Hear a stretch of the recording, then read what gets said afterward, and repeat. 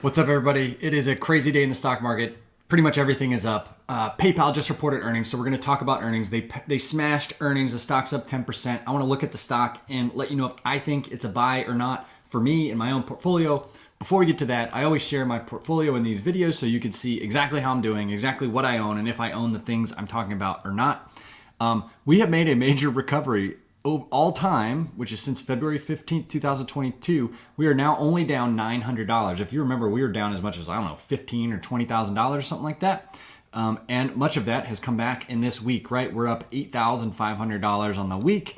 We're up $3,400 on the day. I talked about buying Meta. I made another purchase today. I shared that with my email newsletter subscribers, which is linked below. So if you want the details and write-ups on what I'm buying, check that out. I do not recommend anybody just blindly follow anyone else, but like I said, I share my portfolio so you can see what I own. So if you really wanted to, you could figure out what I'm buying. I'm not selling anything. So here's the stock: Snowflake, Crowdstrike, Meta, Datadog, Gitlab, Rocket Lab, Tesla, MongoDB, The Trade Desk, Cloudflare, and oh, look at Airbnb. If you've watched videos before, you may or may not have seen Airbnb, which means I may or may not have bought that. But again, I do not recommend anybody just follow blindly anyone else.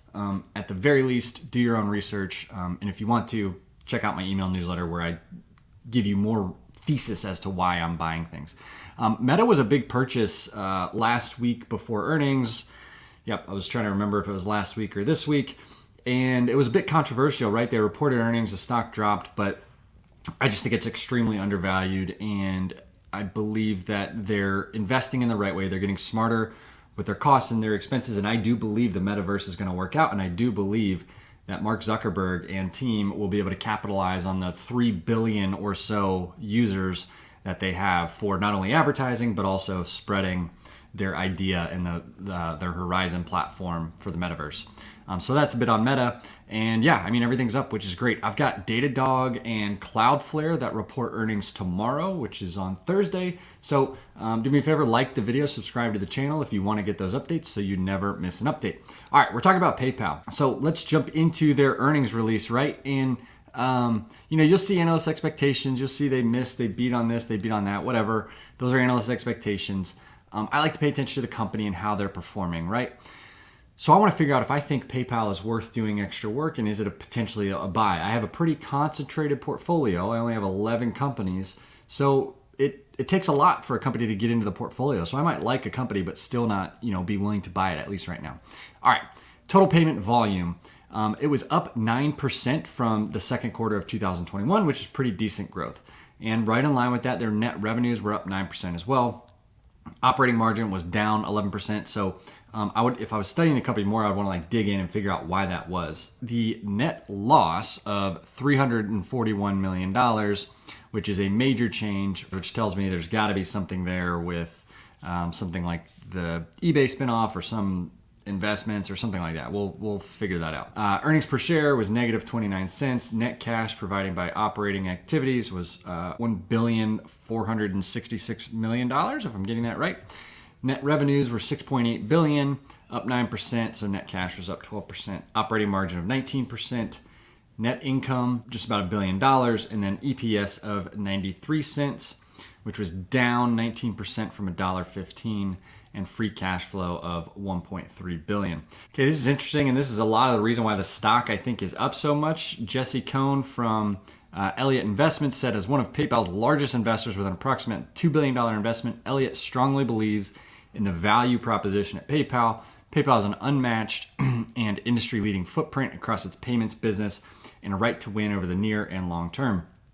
Today's announcement highlights a number of steps that have been underway and are being initiated to help realize the significant value opportunity at the company. We look forward to working with and supporting Dan, the board, and the rest of the team as they execute on this opportunity. Okay, completed comprehensive operational review to identify substantial efficiency opportunities and growth initiatives. Okay, so their FY22 outlook incorporates $900 million in savings across transactional and non-transactional operating expenses. So they think on an annual basis, that's going to come out to be about a savings of at least $1.3 billion in FY23. That's interesting, and it's like, why did it get that out of hand? And why did you need this environment to make you make that change? But whatever. Announcing an invigorated capital return program, including a new $15 billion share repurchase authorization, comprehensive evaluation of capital return alternatives. So they returned 2.25 billion in the form of share repurchases in the first half of 2022. FY22 repurchases expected to reach 4 billion. So they're going to repurchase more shares, and then they just got authorized to do an even bigger buyback in the future. Okay, and this gets real quick to the net income situation and the GAAP EPS. So in addition to the eBay minus 11 cents in earnings per share and lapping 11 cent earnings per share headwinds, quarter two 2022 GAAP earnings per share of negative 29 cents also includes a negative impact of 37 cents per share associated with a discrete tax charge related to acquired intellectual property and a net negative impact of 65 cents per share related to PayPal's strategic investment portfolio. So that explains why that was so bad there. That's the release. You can check that out on the investor relations page. We can pretty quickly tell, if this stock looks overvalued or undervalued, but just because a stock looks undervalued doesn't necessarily mean it's a good buy, right? Because stocks can always get cheaper if the growth story falls apart.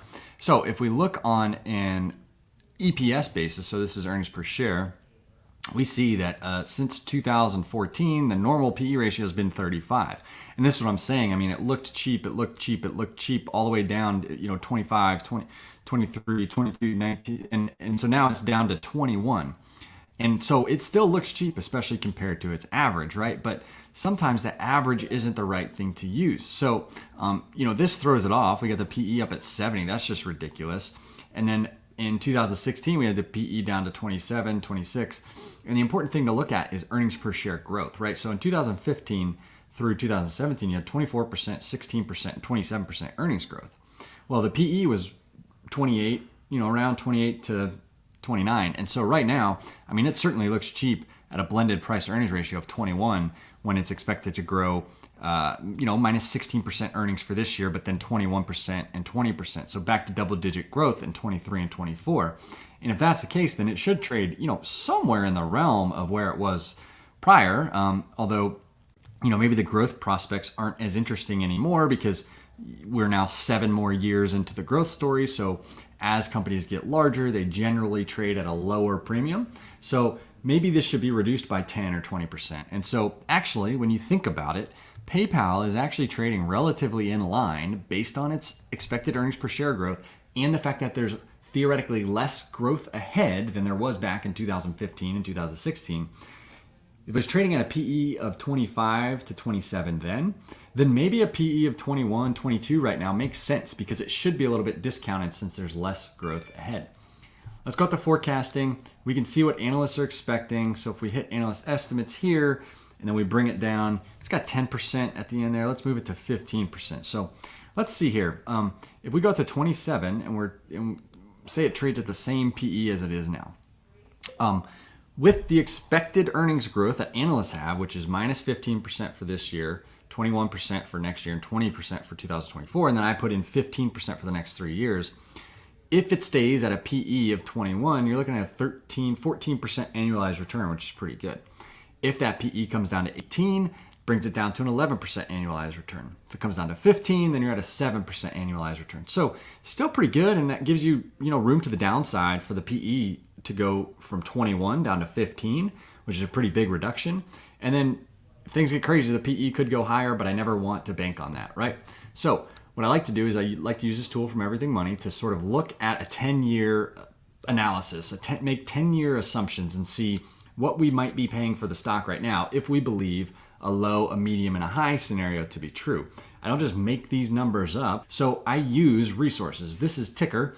They've got aggregated analyst expectations. They're expecting a compound annual growth rate for revenue growth of 13.5% between 2022 and 2026. So I'm going to use that to inform what I put in this number. So let's say low, we go 9, high, or mid, we go 11, high, we go 13%.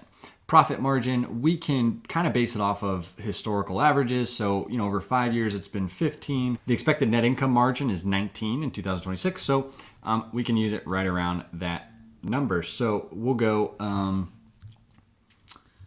16, 18, 20. Free cash flow margin, we've got to divide the expected free cash flow, 8.4 billion by the expected revenue, So 47,780.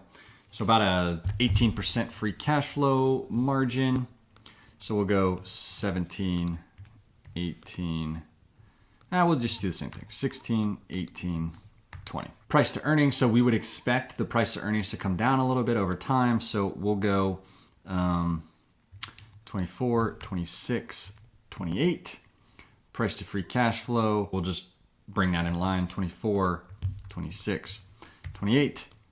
13%, 13%, 13% desired annual return. Let's hit analyze and see what comes out if this stock is a buy or not according to these assumptions. So if you believe these assumptions, these are the target prices you would want to look for the stock.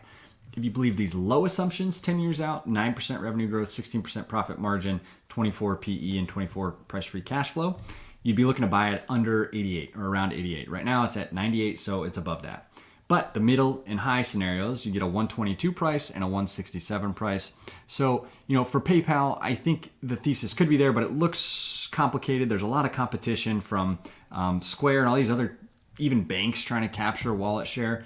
So I'm going to just make a notification to where I'll get notified if it gets below 88. I have higher confidence positions. I showed you them in my portfolio.